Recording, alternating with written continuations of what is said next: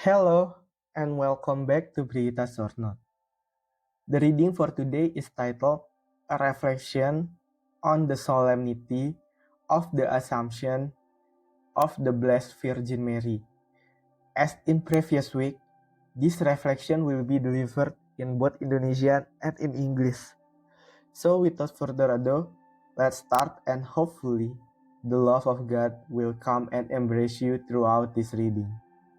Today, we celebrate the solemnity of the Assumption of the Blessed Virgin Mary into heaven, which offers us a profound teaching on love, fidelity, and obedience. Love, fidelity, and obedience are spiritual realities, not material objects.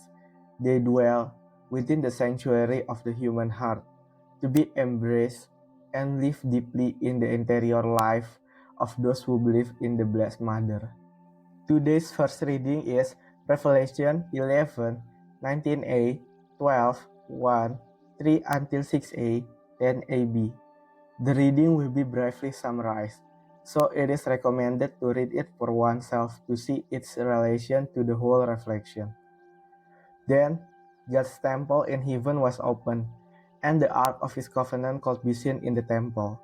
A great sign appeared in the sky, a woman clothed with the sun, with the moon under her feet, and on her head a crown of 12 stars.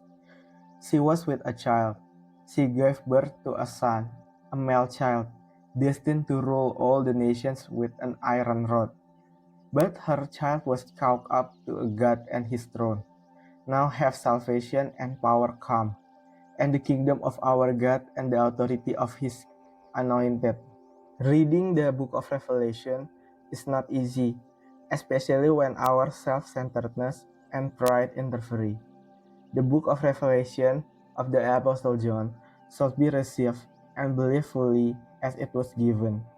In this passage, it is revealed that the Blessed Virgin Mary is the Ark of God's covenant.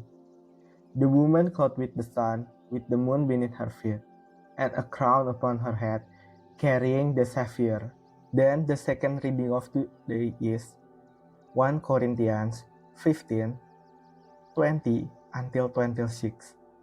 Like in the first reading, this will be briefly summarized, so personal reading is encouraged to see its connection to the entirety of the reflection.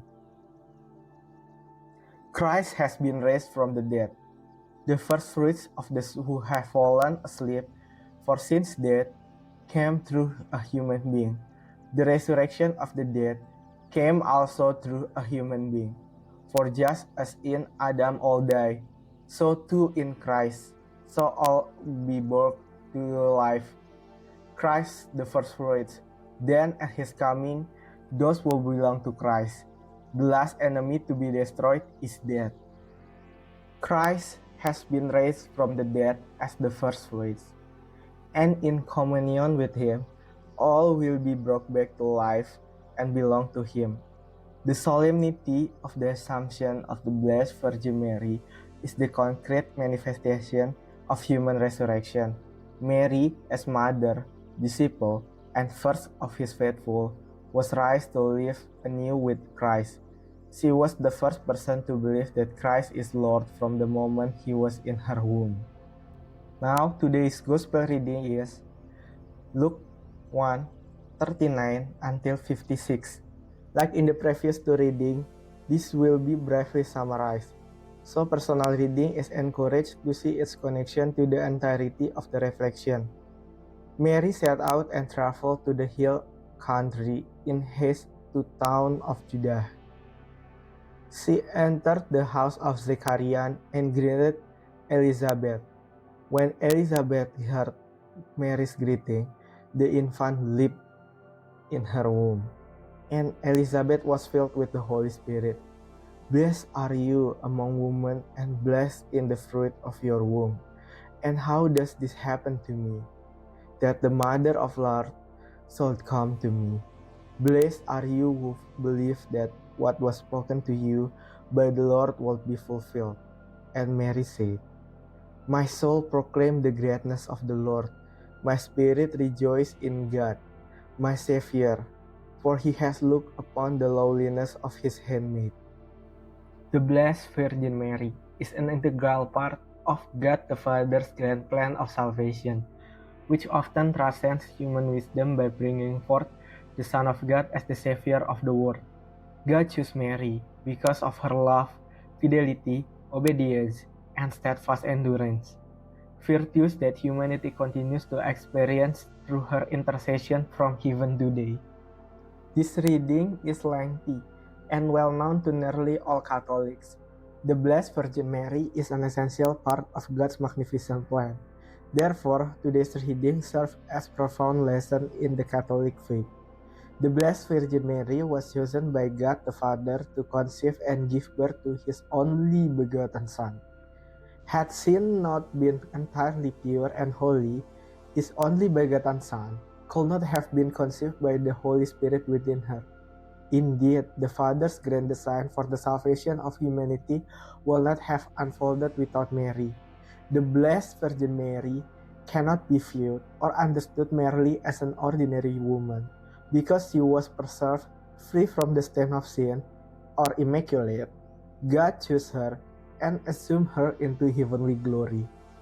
Throughout her earthly life, Mary continually took part in God's great plan. Like in the miracle of Cana, where Jesus performed his first sign at the wedding feast in Cana in response to her request, or constancy in the Passion and Mission, she accompanies Jesus throughout his public ministry, stood at the foot of the cross during his suffering and death, witnessed his resurrection, was present at the descent of the Holy Spirit, and remained alongside the apostles. And then, of course, in maternal intercession. Following her Assumption, she appeared at Lourdes and other sites.